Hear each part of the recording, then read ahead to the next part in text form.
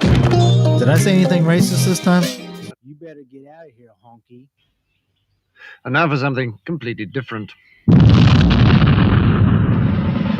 I got news, man.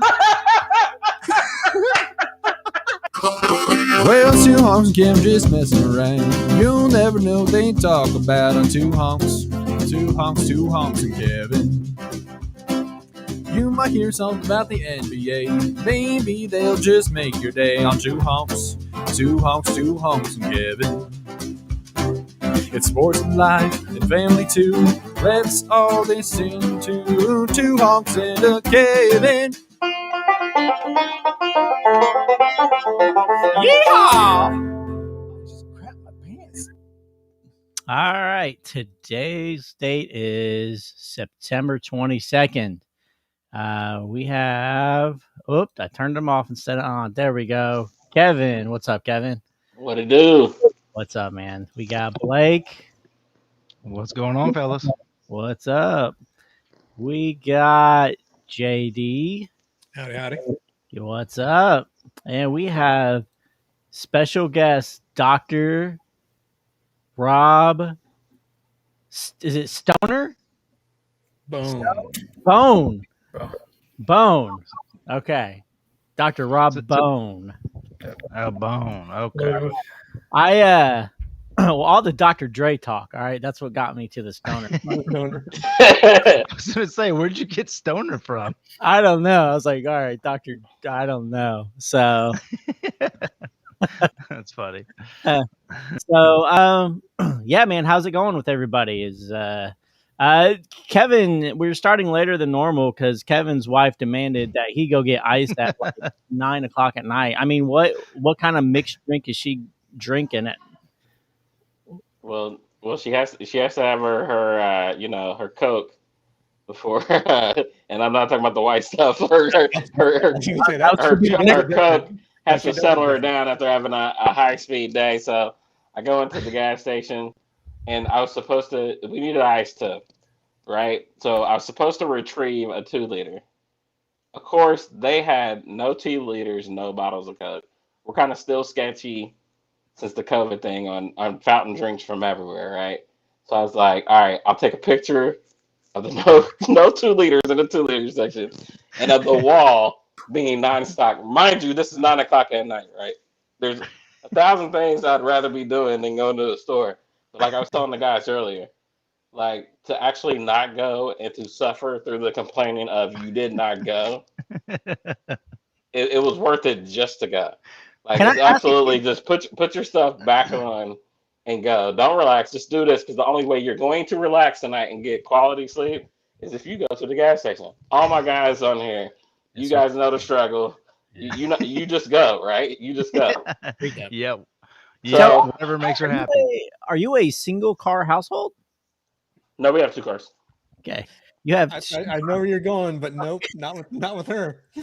I remember when your wife was pregnant, and I remember going to a certain gas station when I worked with her just to go get sweet tarts for her almost every day.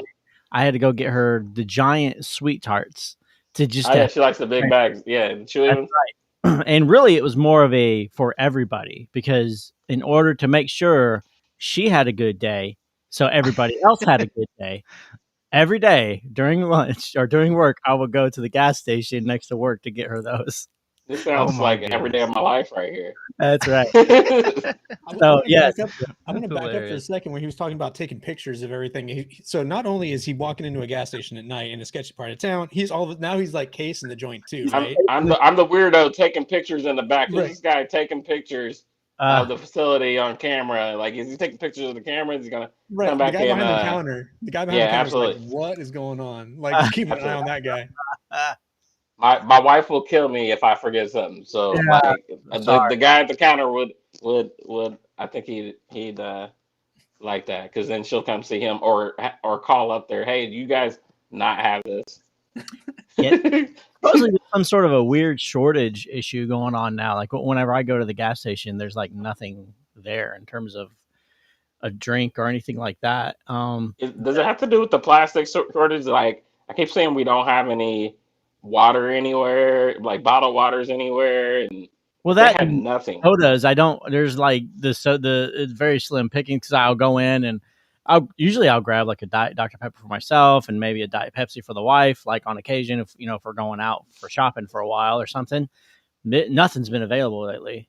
At least I've tried a couple different gas stations in the past and nothing's been available. So I'm not sure if we're gonna hit some sort of. Oh, and also Starbucks hasn't had chocolate chip cookies in like 2 weeks. So yeah, so I'm like, oh man, there's my daughter likes chocolate chip cookies from Starbucks, and so yeah, we had to go to the donut shop today because of that. So nice. avoid a meltdown. Yeah, I absolutely. think maybe what Blake is dealing with right now is why he got up all of a sudden. Blake is the lone wolf today on the Derringer side. Yeah, I think I'm about to have a have a daughter join me here on my couch in Oh, my garage. So that's okay. yeah. So mom will be home soon, hopefully. Hey, let's check out Blake with the all black outfit, like he's like the what is that? What was that picture with Snoop Dogg and Dr. Dre? Death Row Records picture right there. I got matching pants on, all for no reason. Yeah. Russian slash hostess at Applebee's. Yeah, I'm trying to get us an Adidas sponsor. Okay, relax. Oh yeah, they'll pay us just like Reebok did UFC. UFC, yeah. We won't get anything. That's right. A bottle of vodka. That's right. We'll be paying them and have to wear some shitty clothes. Yeah. yeah, for real. But all right, so I guess to get to the crux of today's show. Yeah, Rob's over there falling asleep. Yeah, well, sorry, Rob. He's stone faced. So we have Rob here today, basically to kind of discuss some things going on with COVID and vaccinations, and there's a lot of vaccine hesitancy. Rob, kind of what I would like to kind of start off with is just kind of introducing you. I know you're a doctor, and what you could be a doctor of a lot of things, kind of like what we were discussing off air. Like, are you a doctor of demonology? Are you?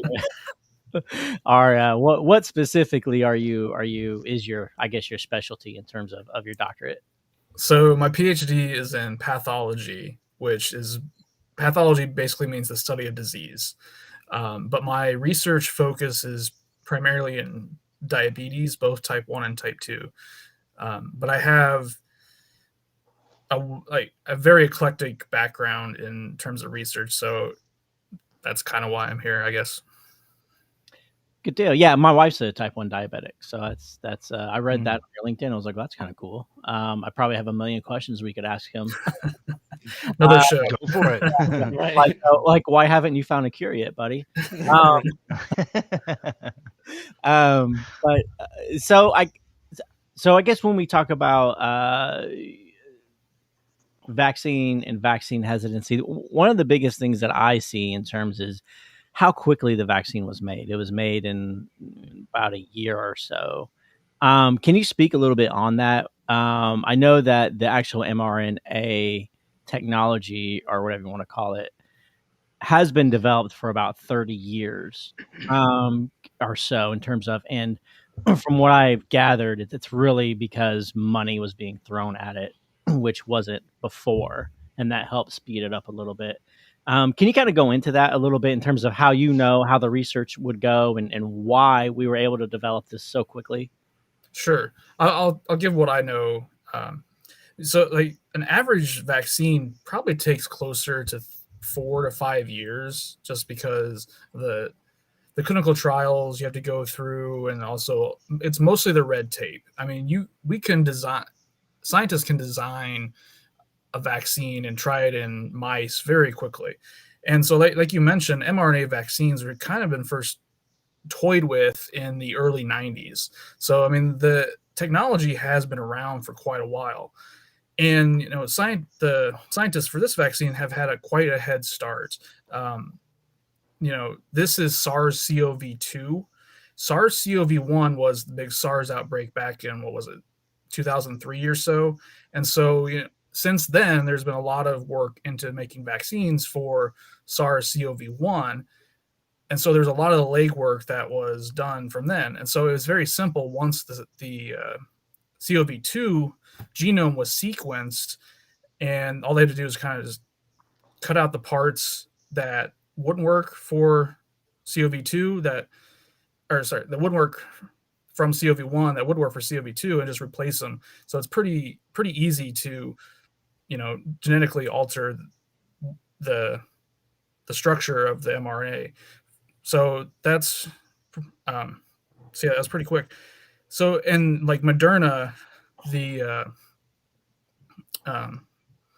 that's one of the vaccines. They've been working exclusively on mRNA vaccines for, I want to say 10 years, could be longer than that, but that's been their whole focus, is to try to do that. So it was very simple for them just to switch gears to this virus and go from there. So they've been working on these types of things for years.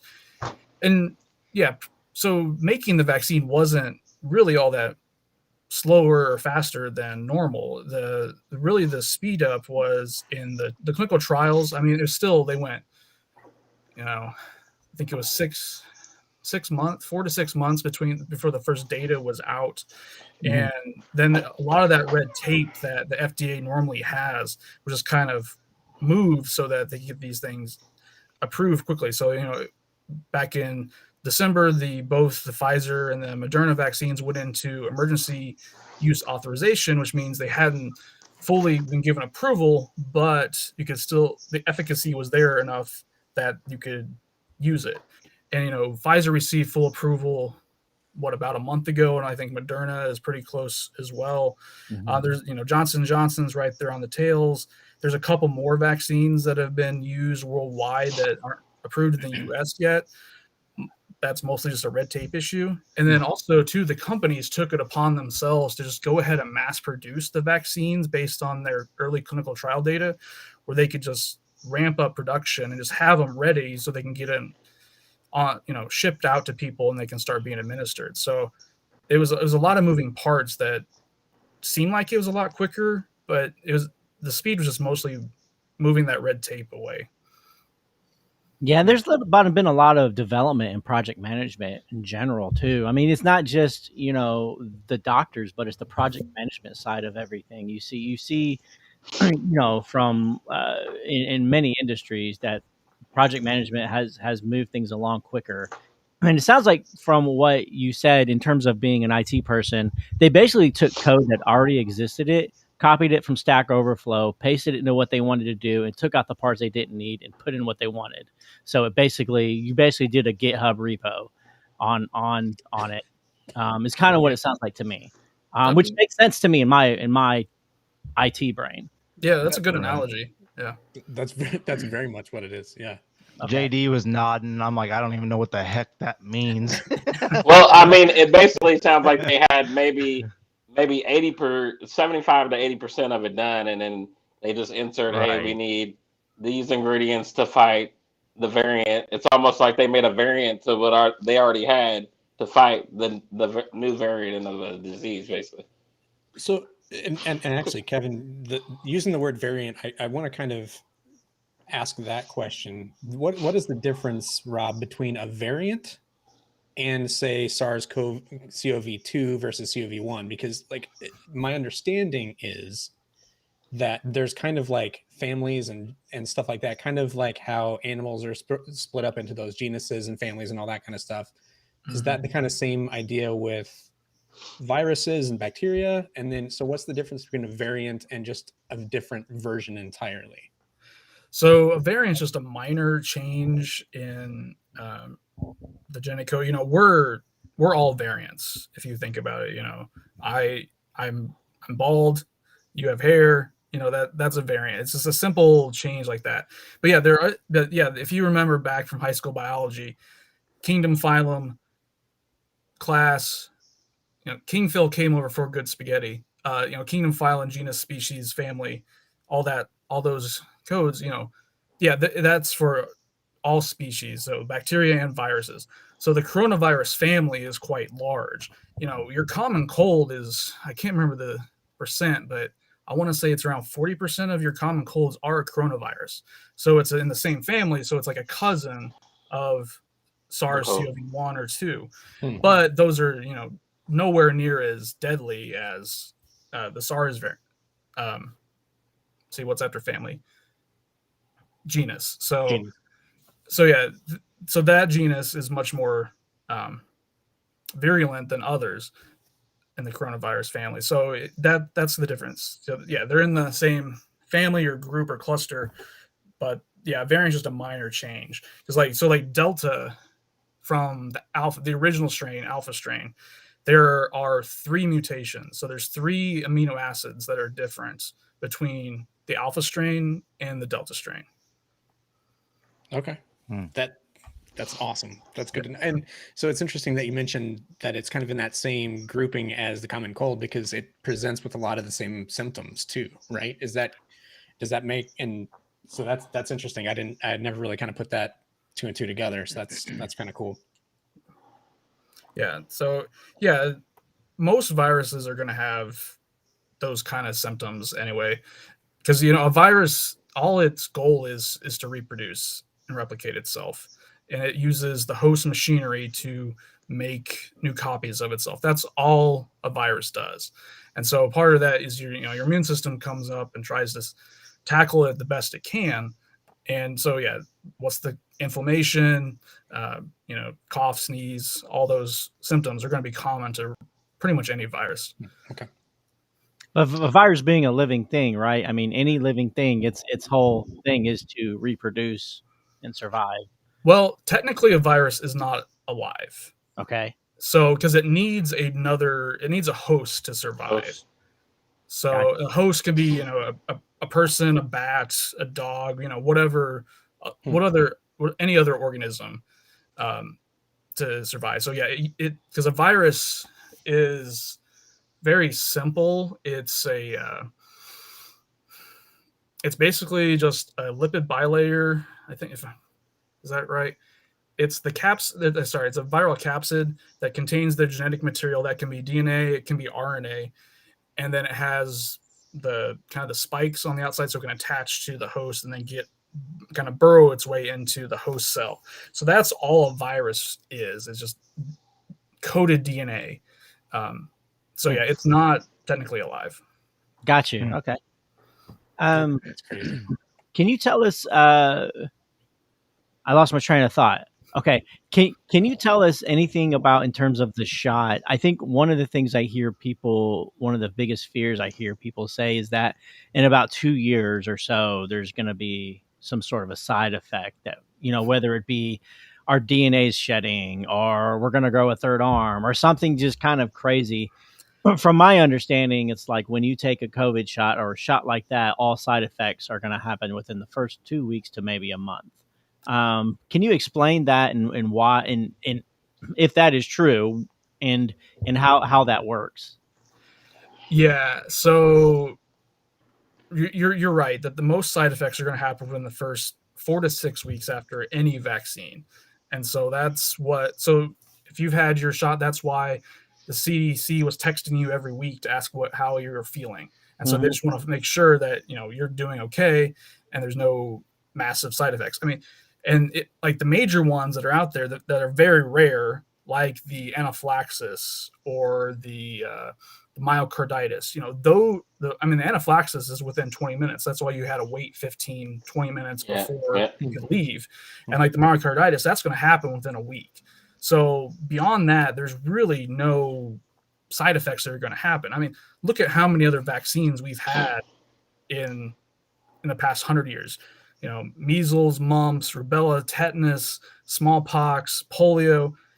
There's not been any side effects, any long-term side effects in any of those viruses. So I feel there's zero reason to worry about side effects from this vaccine. There are few things in medicine that work better than vaccines. Some of the talk I've heard too, as far as what's better for you, getting COVID, I guess without the vaccine, or getting COVID with the vaccine. I don't know if that made sense. because like I've heard some say it's actually better for you just to get COVID straight out and fight it and have those antibodies rather than using the vaccine. Do you understand what I'm trying to ask? Yeah. I think most people would agree that they would rather just not be sick in general. Exactly. And so, if I'm looking at, I can either have COVID, where who knows how it's going to affect me, right? Because there's been just a huge range of different symptoms and that people have had. There's there's people who get over it very quickly or asymptomatic. There's the people who have taken months and months and they just don't get over it. So, the realm of possibilities, that's just too much. But, with the vaccine, your immune system is primed and ready. So when it sees that foreign visitor, it's going to know exactly what antibodies to make, what response the immune cells are going to take to get rid of that virus. Whereas if you're fighting it, without that proper knowledge, it's going to take longer to mount an immune response. And, that's going to give the virus more time to replicate. And so that's why it takes a lot longer. Most people who are vaccinated who get COVID, they're done in about 5 days. Whereas if you don't, like I said, it can be as 5, 10, 14 days, or it can be months, and you don't know how your body's going to react to it. Right. So anytime, sorry, go ahead. You don't know if you have other conditions that are going to, hurt your recovery, and that also too. So it's almost like a layer of protection that saves you from that, right? If that's what I'm hearing from you. Exactly. That's what vaccines are. They're there to protect you, and so you can mount that immune response very quickly to take care of whatever you're fighting, in a very specific manner. Yeah. So, and another thing that I think that a lot of people have been saying that are kind of and let's be honest, like the vaccine is not 100%. It's not a guarantee that you won't get it, right? And right. And I think that that's fair to throw that out there, that like, okay, it's not a cure-all, it's not a miracle. It's just it's an aid. It's literally an aid to help you fight it if you get it. Yeah, and I like the analogy, well, not the analogy, but the term that Kevin uses, like it's just a layer in the grand scheme of things, right? It's another like rung in the ladder of that protection. But I totally lost that train of thought there. So I will ask this real quick. So, and it's kind of piggyback on what you just said, JD. It is just another layer, but it's become political, religious, this side, that side. I know you're not an expert in, anything political or whatever, but I mean, what makes you think this has become such a big divide? I mean, that's what we've talked about on this podcast for well over a year now. Like there's this divide about it. And it becomes a red and a blue thing, which that's what pisses me off more than anything. You hear it's like, well, that's a Republican state, so that's probably why they're doing that there or whatever. And it's just like, why in the heck does that matter? So I don't know if you have anything for that or not. I mean, yeah, it shouldn't matter. I agree with you that, science is apolitical. It does not take a side. Science is information. That's what it is. Data. It's data. Yeah, exactly. And, it's the people who look at it or kind of analyze it who turn it in to their own device, so to speak. Mm-hmm. I mean, I think part of it is, we all have, with the internet and social media, we all have voices now. And so we can say whatever the hell we want on a podcast or our Facebook or Twitter or, whatever medium you want to use. And I think, and then so a lot of the people who, 30 years ago were not finding each other are finding each other now. And so they're just entering into these echo chambers. Yep. And they're just spouting off like, I don't believe in vaccines, or I don't believe in medicine, or whatever it might be. Yeah. And so, and then there are, and I think too, certain political groups are kind of drawing off of that. And people make money off of all of it. Yeah, I can this group believes this, so I will believe that too on the outside. And so I'll use that to my advantage, where maybe they'll vote for me, or maybe they'll give me political donations, whatever it might be. So I that's just my opinion on that. But I'm not a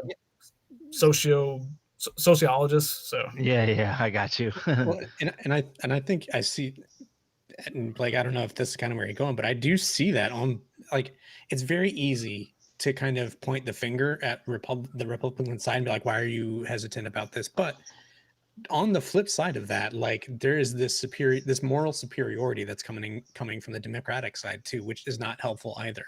Right? Like, it's much more a, like, well, you're idiots, so you can't be reasoned with, as opposed to like that kind of reaching across and being like, look, I understand that this seems like a political thing, but it's really not. Like, I just think it's such an aggressive thing from both sides. Yes, none of it's coming in love. It's coming in, no, you have to do this. And I think I said it last week. It might have been actually off the podcast. Like, some of the people I know that are so kind of like anti the force of the vaccination or whatever, it's more of the American in them. No, you're not going to make me do this. Right. Rather than it be a, red thing or a blue thing, it's just like, no, I'm an American and that's what I believe in. And I'm not too sure about this thing that just came out and everyone's shooting into their arms. And I want to wait it out a little bit, Yeah, but it's not an educated guess. Right. Yeah. So, but it's almost like you're not even allowed to have that feeling anymore, and I, just to be honest, like, I'm unvaxxed, but I'm very close to getting vaxxed. Like, I'm still kind of, I don't know why it's been a tough decision for me. It just, part of me is just like, there's so much noise about it, or I just say, screw it all. I'm staying in my bubble and I'm just going to pray that nothing, if I get it, I do okay. I don't know. It's just, it's tough, that's, I will, first and foremost, for what it's worth, like, coming from me, I didn't know that. That's actually fairly brave to say that and come out and say that, like, on, like, I respect, especially now. Yeah, be like, look, I what, just that don't know, I'm man. what, that I'm unvaxxed? Well, yeah, and That then be you- like, look, I just don't know. Like, you know what I mean? Like, and I think that's kind of problematic. And I think, not that you're not, like, I think that's the problem, is people are like, why haven't you made up your mind? Like, why don't you know? You know what I mean? Like, but because of the fact, and kind of to Rob's point, like, there is so much noise out there through the social media platforms and like all these different avenues. Like, it's very easy for somebody to throw a study at you and take it out of context. I actually did a teach back to my team at work about digital literacy and like how to kind of determine fact from fiction online, like looking at the URLs, like noting the sources, finding all that stuff. Like, it's so easy to just take a meme that fits your narrative and toss it out there and be like, see, it's right there. And it came from this study, or take a snippet from this study. Or one statistic. Me and Blake have talked about this all the time. Like, depending on your narrative, you can find 10 facts about your narrative, and you can find 10 facts about the other side's narrative. But who knows? Like, you never know what's true anymore, because my favorite joke is when someone asks me, like, what's your thoughts on? There she is. There's your mommy. Go get her. when people will, sorry. So yeah, when people, ask my thoughts on, like, whatever, what's your thoughts on whatever, I'll be like, I don't know. It depends on the last documentary I watched, because it convinced me one way or the other, Right.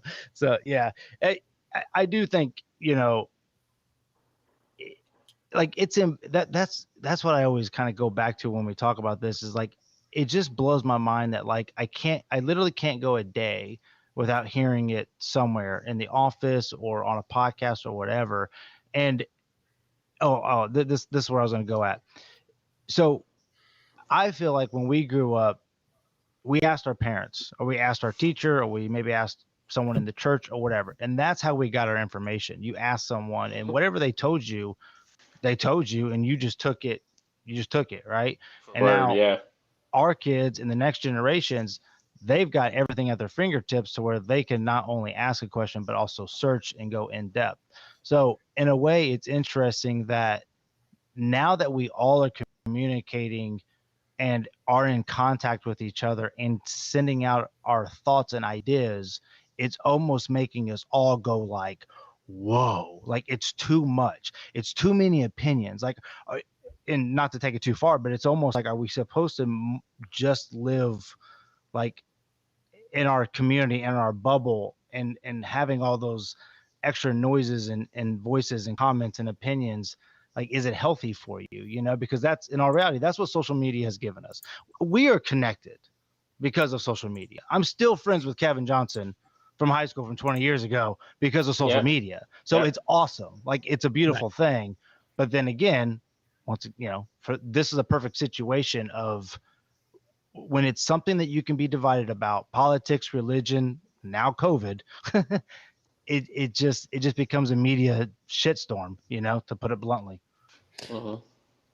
So, and I think I kind of want to ask a question to Rob is because of this, because the term pandemic means worldwide, like, right? Because it comes from Pangea, that's the whole thing. Like, so is it something that you see that American society is doing as far as this whole, like, it's my freedom, it's my right to do this, that, and the other, versus what the rest of the world is doing? Or how does that kind of shade our view on how vaccines work and how this whole rollout happens? Is that from a scientific aspect, is there something that you see that we're doing differently that other countries are not, or something like that? It's kind of a very broad question, but does that make sense? Let me add this, JD, and see if it helps. Are we the only country going nuts about this? Do you know? I mean, I know it's hard. Is that what you're saying? Because it seems that's like a fair we question. are. Right. Yeah, it seems like we're losing our minds over here. Yeah. I don't know every country, but I know that we're probably on the lower end, we're on the crazier end of things, and less. Even though everyone in the country could be vaccinated basically tomorrow if they wanted to, because with the amount of doses we have in the country and the number of healthcare providers, we could. Free.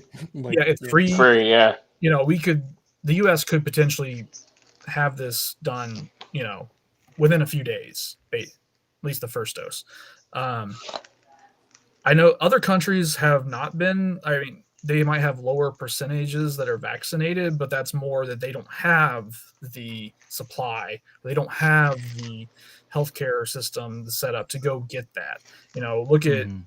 Look at India, and that's where Delta really ran rampant a couple months ago or so. You've got 1.3 billion people in a country that you're trying to protect, and you don't have the doses, so you just can't do it in a timely manner. I saw something today that Norway has about a 90% vaccination rate countrywide. Wow. And at least the commenter said that Norway's a bit more right leaning, but that could just be for Europe. Europe tends to be a little bit more left and liberal, but Norway is doing quite good. Most of the other countries they're doing quite well. And then countries are also taking different approaches too, where the UK initially they were delaying the second dose to try to get as many people with the first dose as possible. And so they're kind of coming back to get the second doses. So yeah, each country is kind of taking it differently. And I think kind of with some of your comments, especially with the freedoms, America has always been kind of classified as the land of the free, so we can do whatever we want. I mean, that is true to an extent, but there's also it's kind of tribalism in a way. We're all focused on our families and the people around us, and so we don't think as much about across the state or country or even the world so much. If you took one of those lost tribes in the Amazon and you expose them to the internet that would be a huge culture shock, right? And so that would just be, they just be bombarded with information and interactions and things like that. And maybe we are bombarded too much. The internet has exploded in the past 20 years. And like you were saying, when we were kids, we'd ask teachers or parents, the only source of information was to go to the library and look at those World Book encyclopedias. And then eventually, like Encarta or on CD was the big digital encyclopedia. And so, those were the only things to look at. And those were well researched and fact checked and everything before they're published. So hopefully the errors are very minimal. But now, like I said, anybody can say anything they want and put it online, and you don't have to have that fact check. And like you said, like Kevin said, you can find 10 sources over here to back up this point of view, but then you can find another 10 over here to back up that. And I kind of think I think listen to the experts. I'm not a car. But that, like, sorry to interrupt you, but like that's the issue. You can listen to the experts, but experts have different opinions. And I think that kind of ties back into what I was saying earlier, where I said that, like, I just don't know what to do. Like, that's it.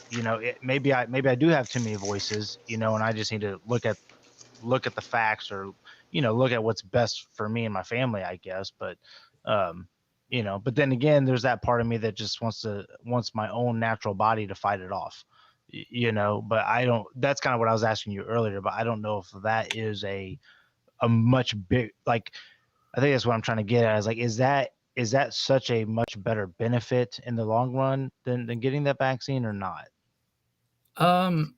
So I want to circle back in a second, but the last point of kind of your own body, sorry. Sure, you can fight it, and like I said, as I said earlier, it'll take longer to mount that immune response.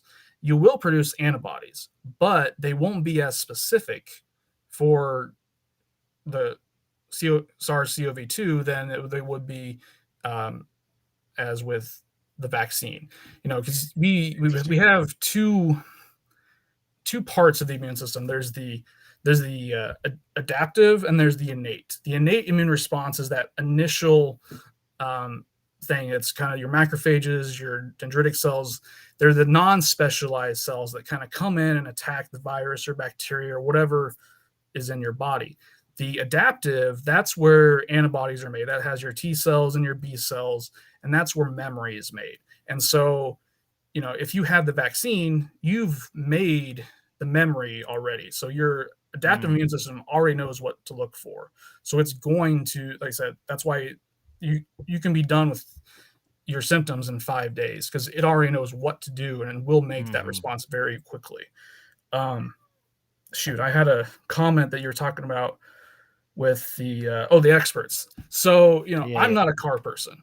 I open a hood, I can put oil in it, I can put windshield wiper fluid in it. I know what the parts are, but I hear you. I don't know if I need to fix it. If the catalytic converter's out, I don't know how to do that. So I'm going to yield to a mechanic. They've specialized that for years. So I'm going to trust that they know what they're doing. I'm also going to go look at Yelp or Google reviews and make sure they're not scam artists or have good reviews. But I'm going to trust them to fix my car. And kind of the same thing. If someone comes by if my roof is damaged, I'm going to trust a roof person, or something structurally in my house. I'm going to trust a carpenter or contractor. But and so that's why I think just trust experts. Yeah, scientists. When we could do in-person conferences, there's a lot of infighting, but it's mostly on very minor stuff. Whereas, oh no, it's pathway A that's responsible. Oh no, it's pathway B. But we still understand most of it. And you have to come in science, it's more of a consensus of, when we have 95+% of doctors and scientists saying, please get vaccinated, it'll be better for you in the long run, then I think I'm going to trust them. Global warming, 99.7% of scientists believe in climate change and global warming. So it's a consensus. There's always going to be fringe people who disagree with that. But and if they come up with the evidence to support their point of view, then us scientists are going to look at it and consider it, and make sure it's good science and it fits. And that's the thing with science. It's new information all the time. Just back before we really knew the structures of our cells, people thought that hereditary information was passed through proteins, and so because they could kind of tangibly see that.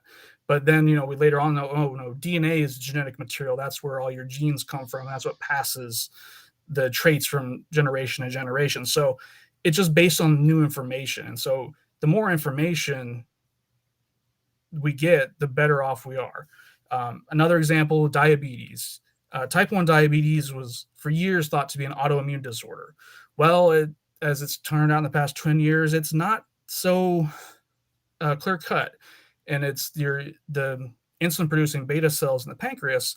They are stressed. They're producing like proteins or other compounds that aren't native to the body. And so your immune system sees that and says, oh, we need to get rid of this non-native protein. Mm-hmm. And so that's why the immune cells are attacking the insulin producing beta cells. And so, that's changed over time. 20, 30 years ago, don't know. It's just the T cells are attacking the body. We don't know why. Mm-hmm. Well, now we know why they are. So it's new information all the time. Right. And, it becomes a consensus. And so, there's many groups that will have, that will find these pieces of data and they all fit with each other. And so like, oh, this is our new model for diabetes development, or this is our new model for, lupus, or, whatever the case might be.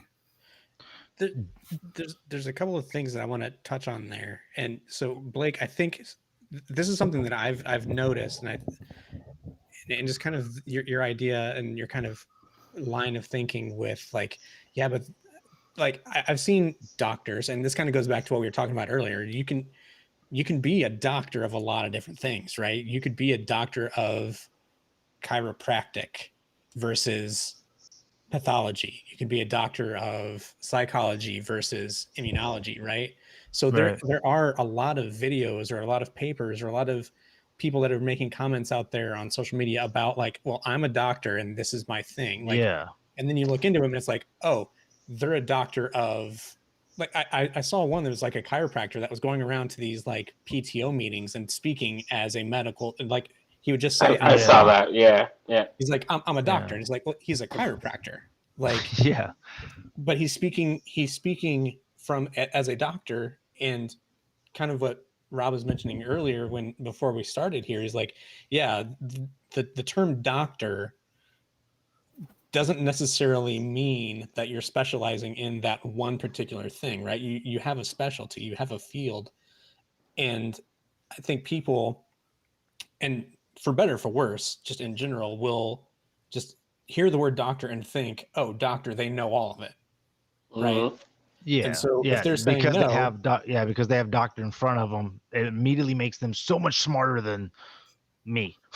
Right.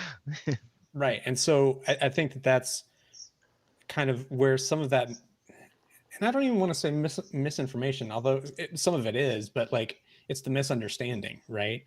And I think kind of to Rob's point is like how it's new information all the time. I think another problem for at least the optics for people that are hesitant is that the CDC and the way science works is they'll put out like a hypothesis and like, hey, this is what we know at the time, right? Mm-hmm. And the CDC, to be fair, has had to go back on some things, be like, oh, we were wrong.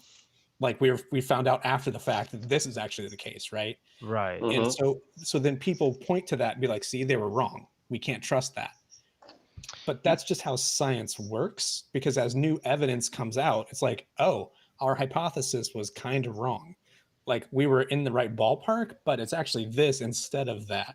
And I think that kind of, and because of the fact that they've had to be so forefront, because this is such a dangerous virus, mm-hmm. that they've been forced into that kind of lead position where they usually haven't been.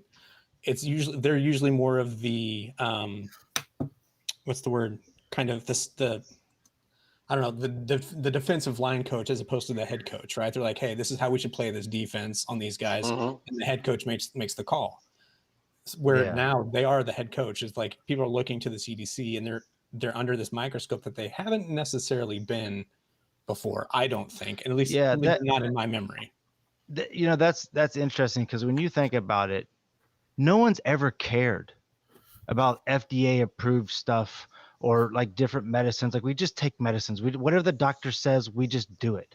But now we have literally watched a disease take over the world, and we are all on the front line of the medicine, what to take, what vitamins, all the resources we can ever imagine, all like we've been talking about, all the different opinions, and and it's like we're all watching this medicine be made, and we're all along for the ride, right? So I'll transition into this. Let's fast forward and let's say 3 to 5 years. Is this no different than us going to CVS and getting some NyQuil or some flu? Like the medicine will be this is literally the baby steps of this vaccine, to where fast forward in 5 years, they're going to have it, just like we were talking about, right? Like it's going to continue to grow and get better. Do you think it'll eventually be a thing where it's just so common, it's like getting a cold or maybe the worst, the flu? Or do you think it's always going to be this new threat? What's up, kitty cat? Or will it always be this big threat in all of our lives? I mean, it could become that continuous threat, but I think the more people that are able to get vaccinated, the less likely that becomes. We've as medical professionals, they've eradicated polio. When's the last time you ever met somebody with polio? Or actually, sorry, smallpox. They eradicated smallpox very easily. Polio, I've never met somebody who's had polio. I talked to a friend a week or so ago, and he knew someone growing up whose father had polio. We eradicate everything. Some things are starting to come back, like whooping cough. That's been because of the anti-vaccination movement, that's been starting to come back, and chicken pox could be basically eliminated if we all had our vaccines for that. So I think it has the potential to be a recurring thing, and the faster we knock it out, the more likely that won't happen. Because the people talk a lot about the Spanish flu in 1918. And some people will say, oh, the yearly flu that we have now is a derivative of the Spanish flu. Well, that's right, and it's right and wrong at the same time. So I mean, the flu is going to be there because it mutates too quickly, and I think if we get more variants in SARS-CoV-2, that we could potentially be looking at this yearly thing. But I'm optimistic in that these vaccines have been very effective, and then also monoclonal antibody treatments have been very effective. And I know Lilly, to toot our local company, Lilly's just got approval for some COVID treatment recently, and so I'm very excited about where this can lead, because we've seen these mRNA vaccines are very efficacious. And so I think, we could potentially be looking at where we can start reducing the numbers of the yearly flu, or even some of these other, common things like RSV that kids get a lot. We could potentially be getting rid of this to, maybe Star Trek levels someday if we just keep going. And just to eradicate disease. Not for nothing, but real quick, this is a Star Wars group, just for the record. Yeah. Well, I gotta leave. Yeah. Yeah, on that, it was interesting. I read the other day that Moderna is actually developing a single shot for the flu and COVID for possible release for next year's flu season. For both, like a one-stop shop. Yeah, I don't know. Yeah, I read it, and it's still very much in the we could do this, let's try it out phase. Right. Well, so are you kind of saying that you think eventually this will be a good thing, because this vaccine may be able to help other issues that people have been having in the past? Well, it Well, already is, right? I mean, the technology can be applied to other things. There is a HIV clinical trial that was just started within the past couple months using an mRNA vaccine, and so I think since these mRNA vaccines can be very specific, that we can apply this technology to all sorts of other diseases. So I don't want to say that this whole thing is a good thing. It's clearly not. Right. Yeah. Almost 700,000 people in the U.S. alone have died from Yeah. COVID. That's not a good thing. No. But there can be bright sides from it, that we can take this technology and apply it to other things to help treat diseases better than we have before. So I think I remember reading the other day that they started a test group for small cell cancer with mRNA, some sort of mRNA vaccinations, whatever. I think that's what, lung cancer of some sort. They've started trials on that, and then they were theorizing that you could literally possibly in the future get a custom shot for whatever cancer you may have, or whatever cancers that you could get. You could just get some sort of a, like if you're born and you have a family history of this cancer, you could literally get a shot that could help you fight it from mRNA. Oh, wow. Right? You can get basically your custom cocktail, so to speak. That's It's impressive. very interesting. This is a very interesting read. I very hopeful, and like Rob said, this is not a good situation by any stretch of the imagination. But the silver lining is, we may save millions and millions of lives, because of Down the road, yeah. Operation Warp Speed. That not to make it political, but removal of the red tape that Trump did was really helped move this along, and that's why I'm surprised that it's so political. It's like both sides played a part in getting this out there so quickly. It just because of the debate, I think, and the clicks, like it just became such a thing. It's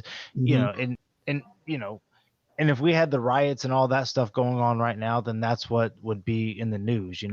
I think this has been the best thing for the news. Just to continue to build that divide, and like we've all said, it's too hard to escape it. It's just what's on everyone's minds. Yeah. And if you're not paying for it, you're the product, right? So yeah, Right. I think it's interesting that and actually Rob kind of touched on a couple of things that I've actually got notes. I'm actually writing down stuff as we're going. Nice. I'm like, dude, I was like, I forgot one of my questions. I'm not nerd, right? Somebody's prepared. That's what a good podcaster does. Sorry. Okay. Yeah. So what I was saying was, do the camera flip now. Right. So get really real about it real quick. Yeah.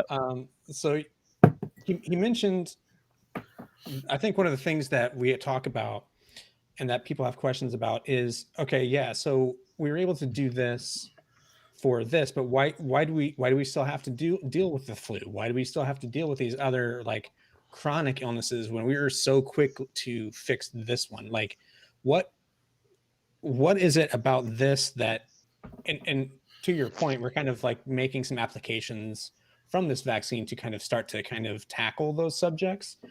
But if someone were to kind of, how would you, I don't want to say defend, because I don't think you necessarily need to defend it, but what would be your response to that question? Like, how is it that we're able to do something so quickly and like, this is what we're going to do, and this is how to fix this, and this is how to solve this, but we have these other chronic things like cystic fibrosis, diabetes, for a matter, for lack of a better one, like why this versus those, I guess? I would say, this became a singular focus of a lot of scientists worldwide, and so they put aside their typical research, and so they focused on this because they saw how quickly it could spread. Now, like to mention, diabetes, I can't give you diabetes. It's a non-communicable disease, but these communicable diseases like a COVID or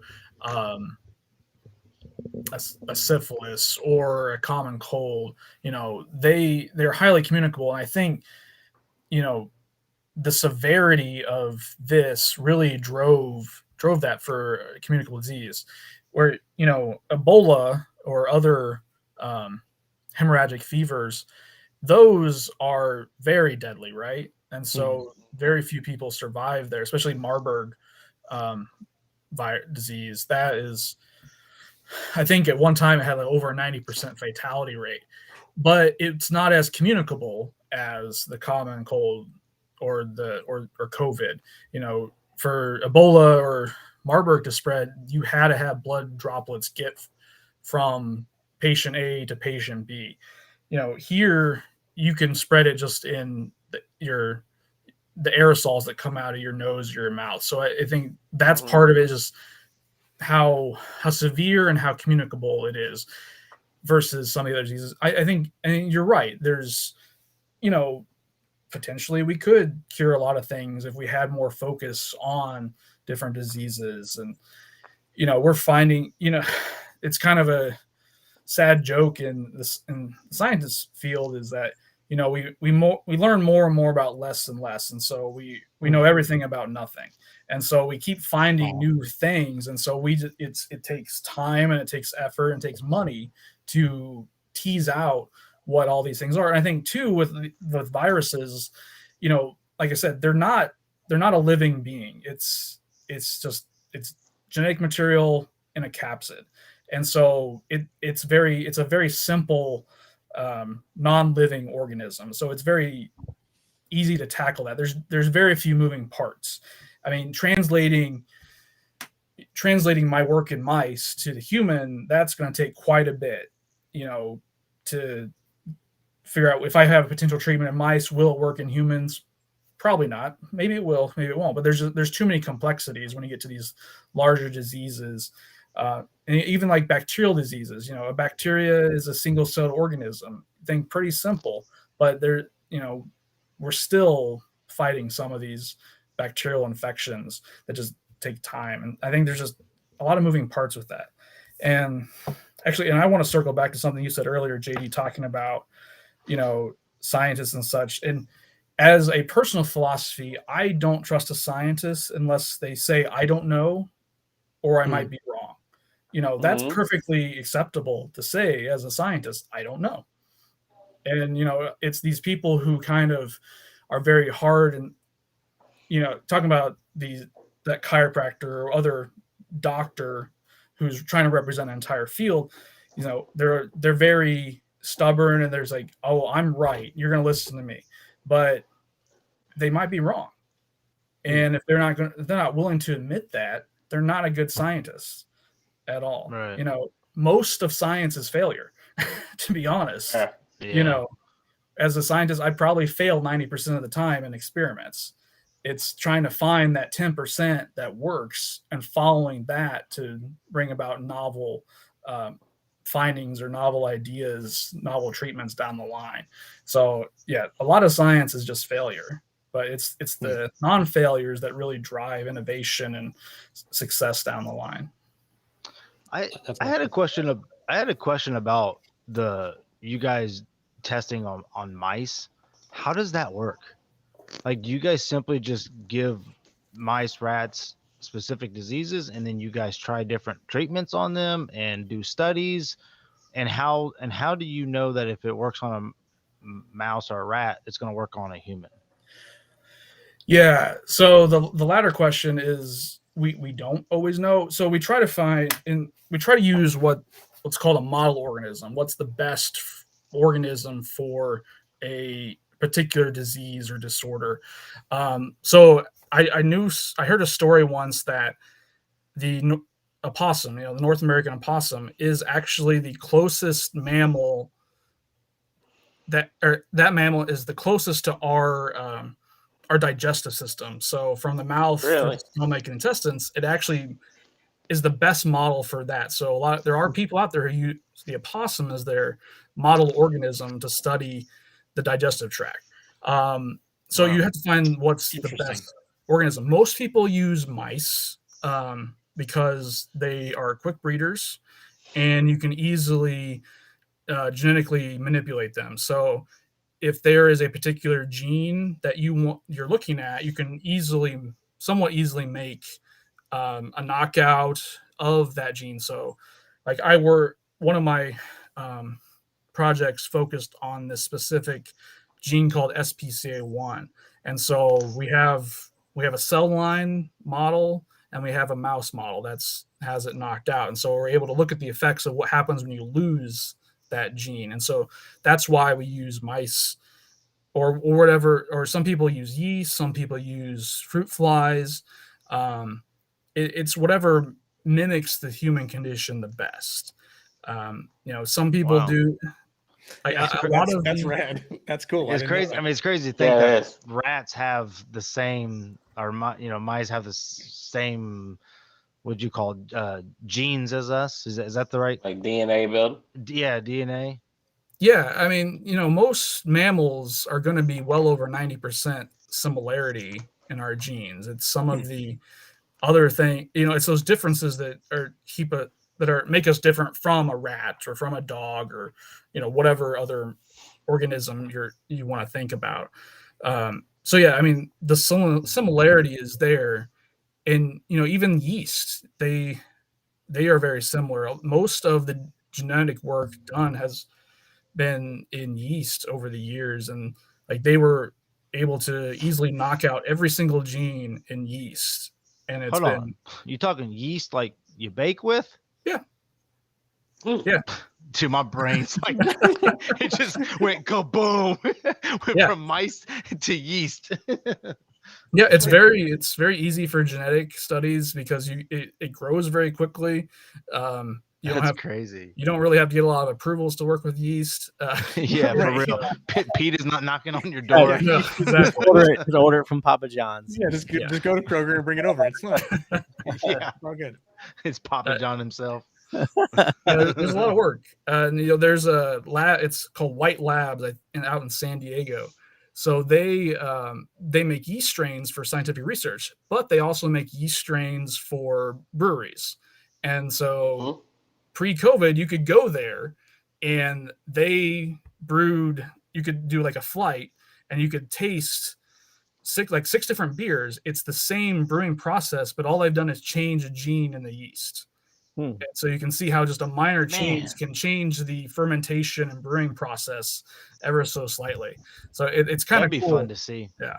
But by the by, Rob's a big beer guy too. So there you go. Nice. Oh, nice. And I chat beer quite a bit too. We'll talk about beer. We'll talk about beer next pod. Right. Yeah. Oh, that's pretty interesting. Yeah.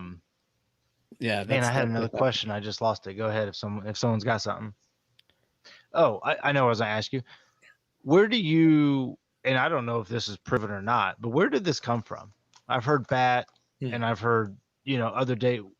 Do you have any opinion on where you think this all how this all began? Can I toss something out here real quick? I actually saw something on Facebook. Somebody commented that it's from a comet. There was a comet that landed in China like in 2000 something or other, and they're like, it's space dust. It came from that. And we started breathing it, and then it came from there. Well, now that's my new belief. So exactly. It's yeah. I was just like, "Are you kidding?" There we go. Yeah. Tomorrow, yeah, Joe. Yeah, if Joe covers it, it's good. Right. I don't know specifically where it came from, but it probably came from a zoonotic source, which just means basically in nature. That either some reservoir, that's what we call an organism that houses a virus, was either like ingested or bit a person and was able to transfer that virus to humans. Some people think it's a bat. There's the what's it called, the pangolin, and then there was that South Park episode that made fun of that animal being the source of it. It's probably there's from the a lab. There's a lab. The lab too is that... universally declined by scientists at this point in time. Last I read. Yeah, it's very, very unlikely that it would have been created in a lab to especially purposely. If it was created lab, it's probably accidental, and it somehow got out. Kind of an interesting side note. So I don't know if you've ever read the book called The Hot Zone. So that's a book by, I think, the late 80s, early 90s. It talks about like viral transmission. And there was actually an Ebola outbreak in the United States in Reston, Virginia. And it was an accidental release. So Reston, Virginia has a big Army medical research facility. And a couple of the monkeys got out that they were testing it on. And so it was technically out so it technically was an outbreak, but they didn't transmit it to any human. But if you ever want to get kind of scared about what could happen with viruses, read The Hot Zone. It talks about all these different kind of outbreaks, especially of hemorrhagic fevers like Ebola or Marburg. It's quite interesting. And talking about like the sources, it takes a while, but eventually we'll figure out where it came from. I think, was it HIV they finally figured out where the source was? I'm probably wrong on it, but I want to say it was Magic Johnson. Had a Magic Johnson joke. I was like, I'm not going to do it. He was the source. I'm not going to do it. Yeah. Well, the cure for that, as soon as he got it. Yeah, the cure for that's what, $280,000 directly ground up and put into your bloodstream. Is that the South Park joke? Yeah. But HIV they sourced back finally to, I believe it was bats in Africa. So it might just take some time to figure out the specific source. I don't think there's a lot of people looking at where this came from. And SARS-CoV-1 from 20 years ago, it could very simply just be a mutation from that. And so I don't know where it came from, but there's several possibilities. I bet TMZ knows. Yeah, for real. They're gonna get down to it. Just waiting to break it. That's right. That's interesting, man. There's just so much that goes into it. It's crazy that it's just become what it has, and it like we've been talking all podcasts, it does lead to a lot of confusion, and it's constantly changing. And then when like we said earlier, like even when there's new science that comes out and they have to change something, it just gets so magnified because it's like, well, I thought the last dose was the one that I needed. Now I got to do it again. And now is that just going to continue? I mean, is that what these boosters, is that just going to be the norm? I did write down boosters too. I was like, nice. How does that play out? Yeah. I thought from the beginning that we would probably have a yearly booster for this, because just based on our past experience with the flu and how it's kind of a guessing game which strains are going to be popular this year or next year. I think it could be very, very much so a yearly thing where, and Rich was kind of alluded to it with the Moderna testing, the combination flu COVID vaccine. I think that's a distinct possibility. And that's, you kind of have to do that until it's eradicated, unfortunately. And so, since we're not at 100% vaccination, then it's probably not going to be eradicated, unfortunately. So I think it could be a yearly thing. And boosters, a booster is so actually I'll mention one. So there's been a little talk about like a third shot or a booster. There is a difference between that. A booster is generally a lower dose than like a third shot in the series. If you had the hepatitis B vaccine, probably late high school, early college, that was a series of 3 shots. And so you needed all 3 of those to get the lasting immunity. Now, like tetanus, you got tetanus as a young child, and then you get a booster every 10 years or so. And so that's a lower dose than you initially got. I think that's what a booster is going to be. It's going to be a lower dose. It just kind of helps refresh your immune system without the big side effects of actually having the disease itself. But Rob, so will there ever be a point to where this virus is gonna evolve, right? could we get to the point where it's not a booster and it's a third shot, and that third shot kind of evolves with the variant, different variant as the virus mutates and stuff like that? It very well could be that they could change it up. That's kind of what they do with the flu shot every year, is they change it up Right. each time. And so, potentially boosters could be trying to keep up with whatever the next variant might be. But some countries are kind of already kind of getting ahead of that.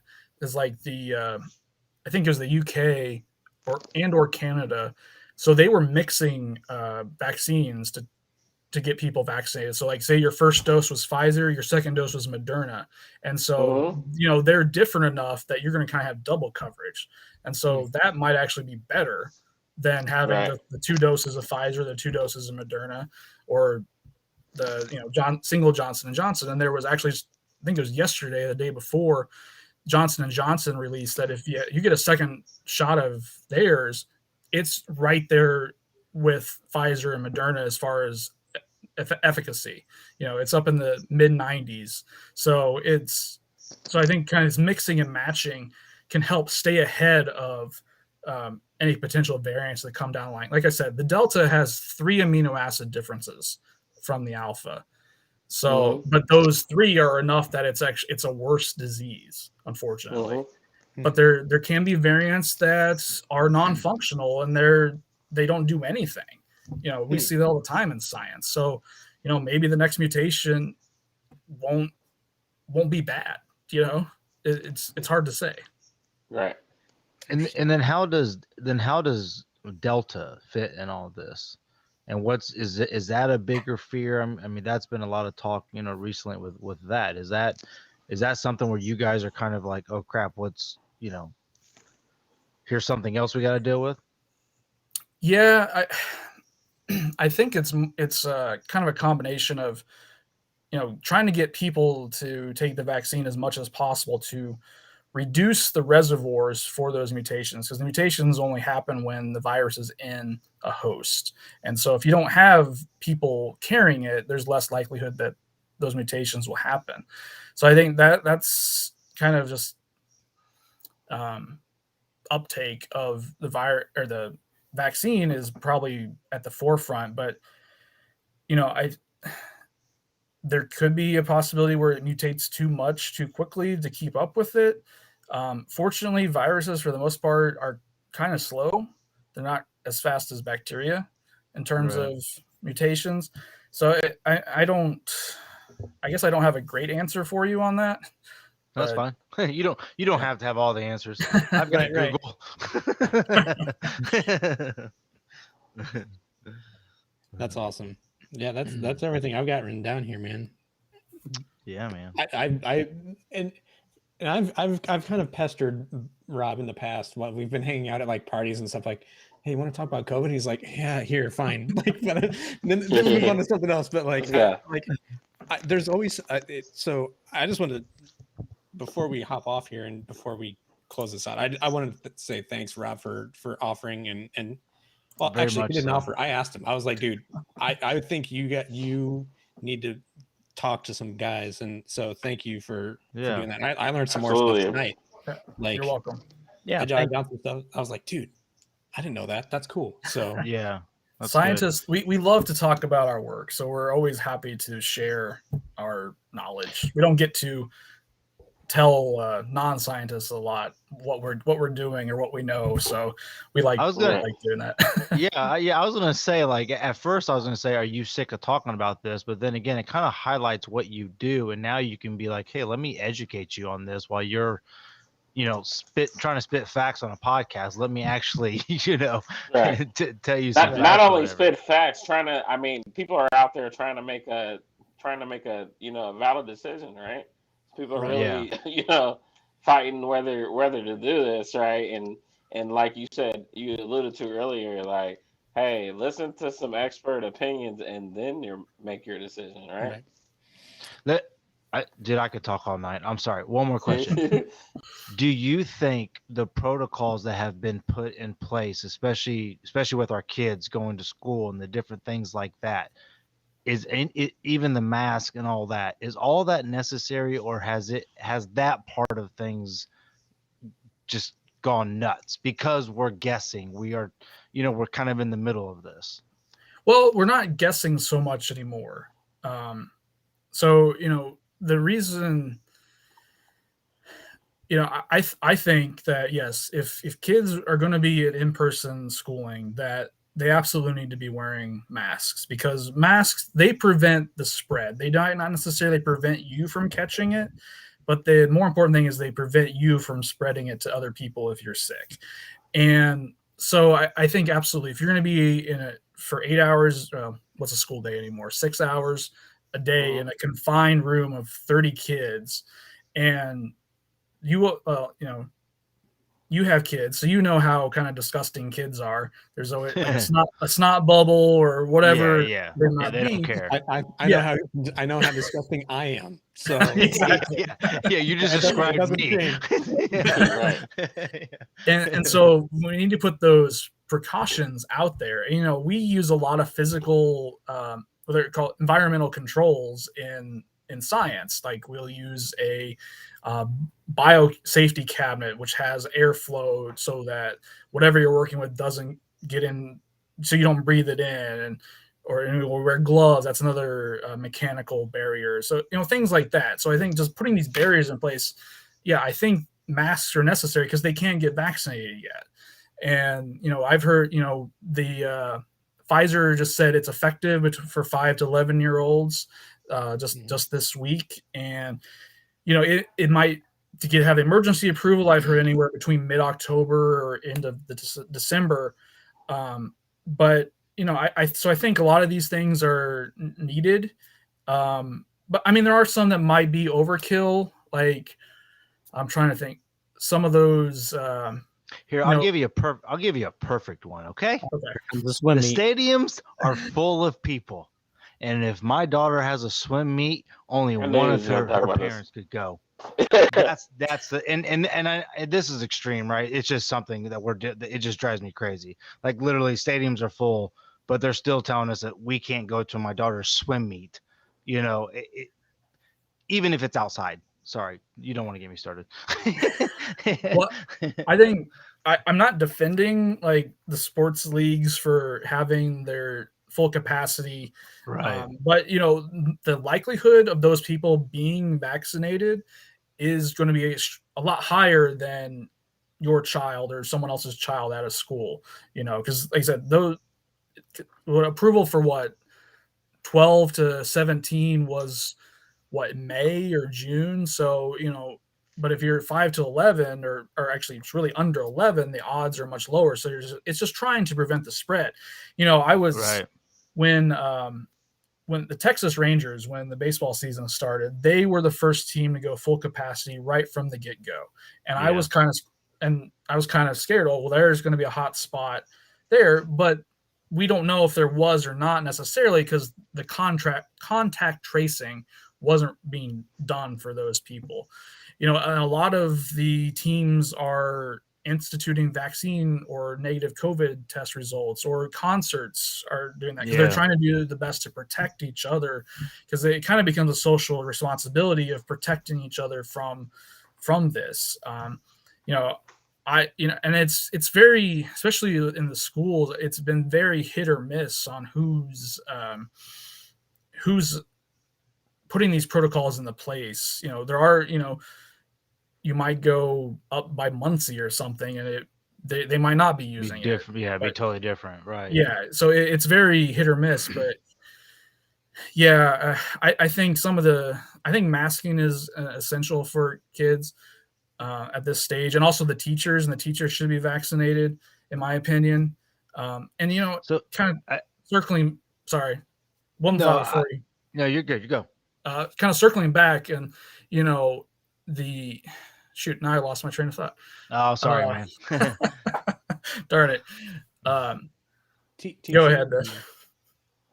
What'd you say, JD? I was going to say the teachers should be vaccinated and kind of on that and train. Yeah, I mean, if you're going to be in a room with 30 kids, you don't want to get them sick. So, and you don't want to catch it from them either, because, like I said, kids are disgusting, and Right. you want to do the best to protect yourself and protect them. So, I think that's needed. And I know where I was going. So, we talking what you're saying earlier with the whole political thing is, oh, should I get vaccinated? Should I not? How many other vaccines have most of us had? Especially as a kids, there's a series of, what is it, like 20 shots that most of us took before we turned 2. And, Right. we might have cried for a little bit when we got the shot, but we usually got like a cookie or something afterwards. And Yeah. now it's just people just crying online because they have that voice. Kids don't care. They'll take a Yeah. shot. They don't really Yeah. care. They'll just move on to the next thing. Well, it's because that's what mom is signing up for. This is, that's why I'm at this doctor. So, I mean, I really think that's it. It's like, there has been vaccines. There's been the flu vaccine. That's something I also don't. I've just never gotten a flu shot or whatever. So, and then there's always that thought of like, well, I don't get the flu shot, so why would I get this shot? So, but this one, I've seen family members really struggle with it. I've seen one of my best friends just lost his mom because she got it. So, I obviously see the seriousness of it. But so yeah. And I didn't actually start getting the flu shot till I turned 30. Really? I didn't kind of see the point before, but then as the more I look at it, like, well, I can either have that extra layer of protection or I can get really sick. I've knowingly had the flu twice in my life. One was in college, I think my junior year, and then I actually had it right before everything kind of blew up for COVID. But I know it was the flu, and I know exactly where it came from. I was hanging out with a band that was touring, and they got it, and everyone in the band was sick, and so just by being in contact with them, I got it. So and I even had the flu shot that year, but unfortunately, it's kind of a crapshoot. We're guessing which strains to put into the vaccine, and then kind of circling back again, I think moving forward, we'll get better at guessing or having better coverage rather with new vaccines on preventing the flu moving forward. Right. That's some interesting stuff. Some good stuff. Yeah. Yeah. You boys got anything else? I'm sure I got about 10 more questions that'll eventually pop up, but like I don't want to speak for Rob, but there's stuff that I'm like, man, yeah, there's a lot to process, and I would love to do a part 2 with this if you guys would be down at some point. Yeah, we could. I mean, well, and it's always changing, and it's ever evolving. Yeah. I think it's interesting. One thing I was going to touch on too that you were saying about how why are they waiting to get vaccines for younger kids? Is it just to make a strain that is compatible with their size and weight and all that, or what? How does that work? That's probably most of it, is figuring out the right dosage, because like you said, their kids are smaller, and also their immune system is a little bit different. Children, at least with the alpha variant, they were much more resistant to it because children have what's called a plastic immune system, where they're much more adaptable to changes. And then as we grow older, we kind of lose that plasticity, and it's very specific. So we don't have as strong of a non-specific response. And so that's partially why, especially as you get older, you kind of need more vaccines, or especially need like the flu shot, and like with the COVID vaccines, they first went to people who were 80 plus, then 70 plus. And so they were the older you get, the weaker immune system you have, just because our bodies suck and die eventually. Right. So yeah. And then kids, they kind of had the strongest immune system in a way.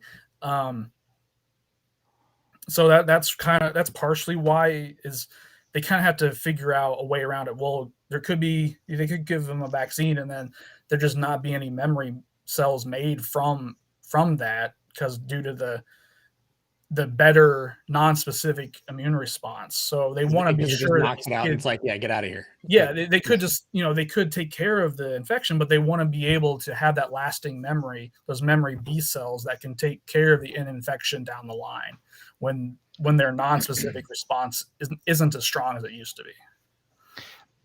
I will say that's very nerve-wracking to me, though, as a parent, to give my kid a vaccine where it is so new, it is so fresh. There's just not a whole lot of data out there, because there just hasn't been years of studies like it has for other vaccines that we've given our kids. I mean, that's a legitimate concern, right? But it has been as rigorously tested, right? From what you said earlier, like it but on rats. Yeah, but I mean, I don't know. Go ahead and explain it.